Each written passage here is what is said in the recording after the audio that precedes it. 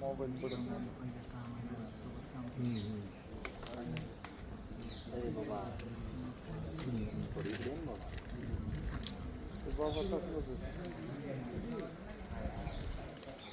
बस करा.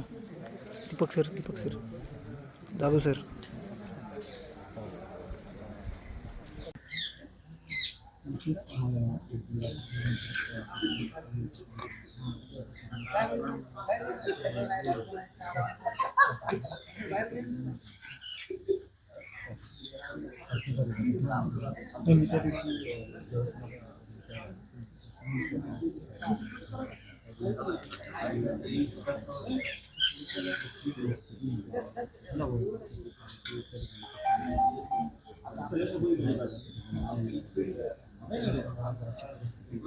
आम्ही घटना घडल्यापासून देशमुख परिवाराच्या सोबत आहोत, आजही सोबत आहेत आणि उद्याच्या आंदोलनासाठी आम्ही सोबत राहणार आहेत.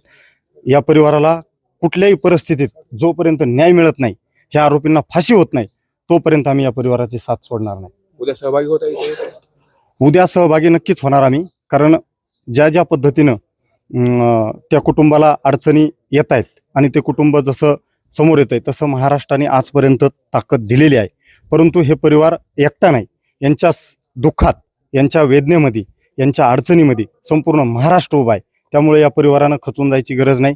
मी आत्ताच धनंजय भैयांना तीच त्या ठिकाणी आव्हान केलं किंवा त्यांना एक विनंती केली की तुम्ही जोपर्यंत तुम्हाला न्याय मिळत नाही तोपर्यंत घाबरून जायची गरज नाही.